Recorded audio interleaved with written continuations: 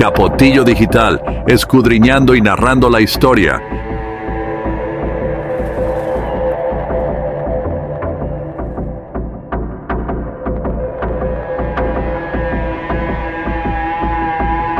Historia del gangsterismo en Cuba. La masacre de Orfila, cuando en La Habana reinaban las pistolas. El pasado mes de septiembre cumplieron 77 años de la masacre de Orfila, aquel suceso que conmocionó a Cuba el lunes 15 de septiembre de 1947, cuando la residencia del comandante Antonio Morín do Pico fue asaltada por fuerzas a las órdenes del comandante Mario Salavarría. La agresión, repelida por los sitiados, se prolongó durante casi 3 horas y para detenerla se impuso la intervención de tropas del ejército que acudieron al lugar con 20 tanques y camiones blindados. Una verdadera batalla campal en la que, entre otros, resultaron muertos. Después de haberse rendido y ya fuera de la casa, el comandante Emilio Tro y la señora Aurora Soler de Morín, en estado de gestación. Siempre creí que la expresión cortina de fuego no era más que una frase literaria. Ahora sé que es una terrible realidad. Declaró a la prensa un testigo presencial del suceso.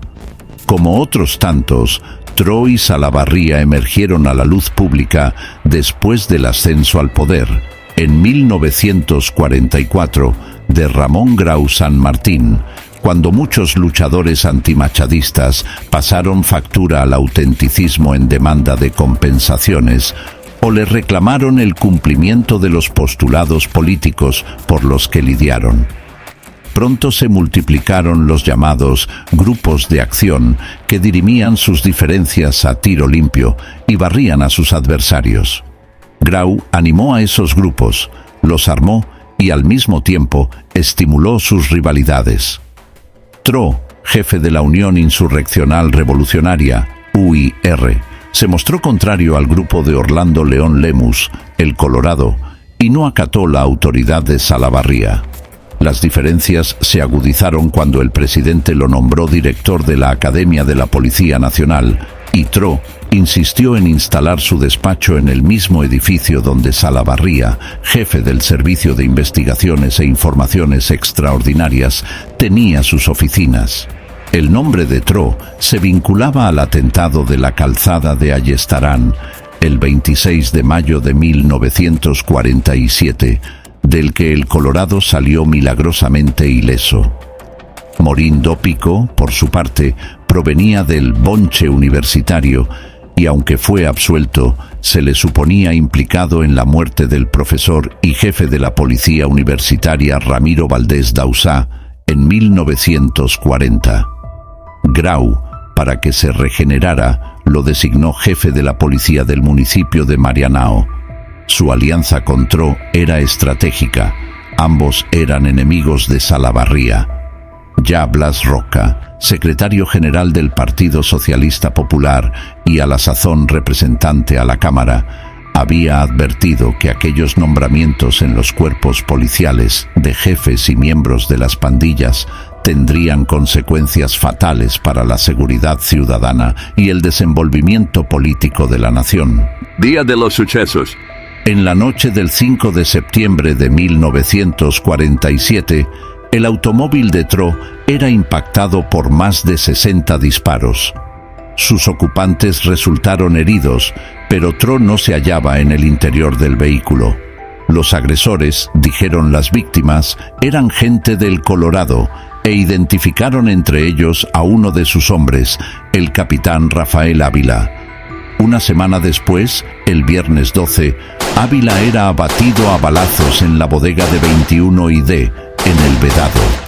Salavarría, designado como oficial investigador del atentado, logró, luego de riguroso interrogatorio, que los testigos reconocieran a Tro como culpable, lo que en las entrevistas iniciales nadie se había atrevido a hacer. El sábado 13 se libraba orden de detención contra Tro y Salavarría recibió la misión de ejecutarla. El 15, al filo del mediodía, Tro y 3 de sus hombres acudieron a un almuerzo en la casa de Morín do Pico, en 8 esquina AD, Reparto Benítez, en Marianao, una barriada conocida por Orfila a causa de la farmacia situada en la zona. Hacia las 3 de la tarde, desde un auto patrullero, se hicieron disparos contra la residencia y se generalizó el tiroteo. Entre los agresores, que eran unos 200, estaban Salavarría y el Colorado. También el comandante Roberto Meoqui, Rogelio Hernández Vega, Cucú, segundo jefe de la policía secreta, José Fayat, alias El Turquito. Cuando Tro y sus acompañantes decidieron rendirse, ya habían arribado al lugar las tropas del ejército, con las que venía el general Gregorio Querejeta y el teniente coronel Lázaro Landeira, jefe de los tanques. El primero en salir de la casa fue Morín Dopico, que llevaba en brazos, herida a sedal, a su hija Miriam, de apenas 10 meses de nacida. Luego salió Aurora Soler y, detrás, Emilio Tro. Todo parecía haber terminado cuando se escuchó de nuevo el tableteo de una ametralladora y la esposa de Morín, herida de muerte, cayó al suelo. Un policía la tomó por los brazos para levantarla y Tro trató de alcanzarla por los tobillos. Una ráfaga más y Tro se desplomó cocido a balazos. Trató de asirse, tal vez para incorporarse a las piernas del capitán de la Osa, ayudante del general Genovevo Pérez, jefe del ejército, que también resultó herido por la misma ráfaga. Fue inútil. Tenía 15 perforaciones en el tórax, 2 en la región escapular, otras 6 a flor de piel, 3 en el hombro, otra en el muslo y otra más en la cara que le destrozó el maxilar superior y le vació el ojo derecho. Imágenes que el camarógrafo Guayo, del Noticiero Nacional, captó en ese momento muestran a El Turquito cuando disparaba contra Aurora Soler y Emilio Tro.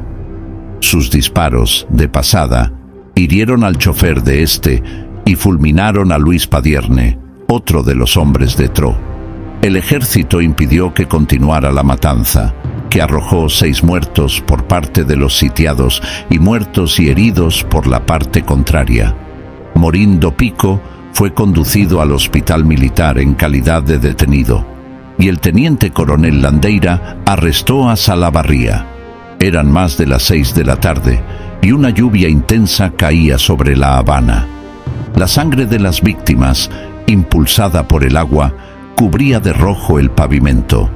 La madre de Tro fue la primera en acusar al presidente Grau como el responsable de la tragedia.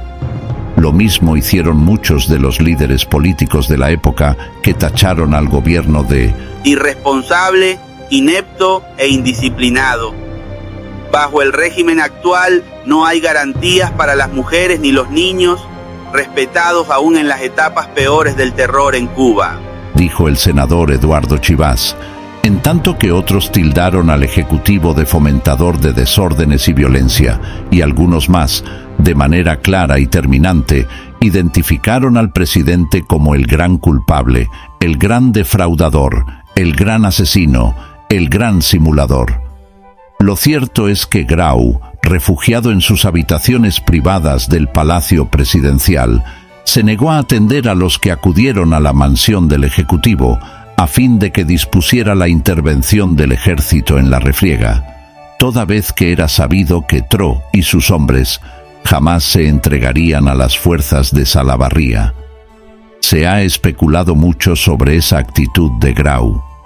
Muchos años después, Salavarría revelaría un detalle desconocido. El mandatario sufría de repentinas pérdidas de memoria y mientras transcurría lo de Orfila, estaba en una de sus crisis, lo que impidió que se le diera participación de los sucesos.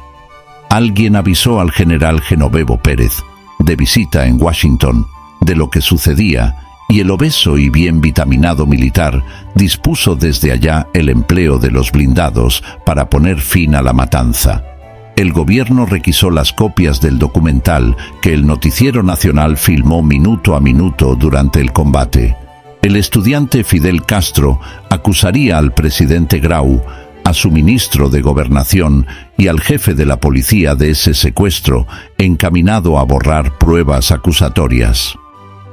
Postdata, Morindo Pico falleció en La Habana a fines de los 80 y por la misma época su hija Miriam abandonó el país. Cucú Hernández Vega fue ultimado en julio del 48 en el Consulado Cubano de Ciudad de México. Roberto Meoqui murió en el Sanatorio Antituberculoso de La Esperanza en 1950. El Turquito, en 1951, escapó del Castillo del Príncipe, donde guardaba prisión, en una fuga espectacular protagonizada por Policarpo Soler y dirigida desde fuera por El Colorado.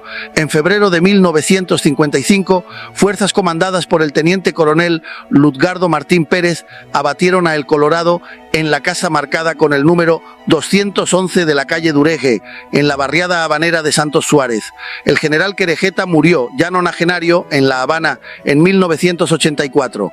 Mario Salavarría, sentenciado a 30 años de prisión, salió del presidio Modelo de Isla de Pinos después del triunfo de la Revolución, sin que llegara a cumplir íntegramente su condena.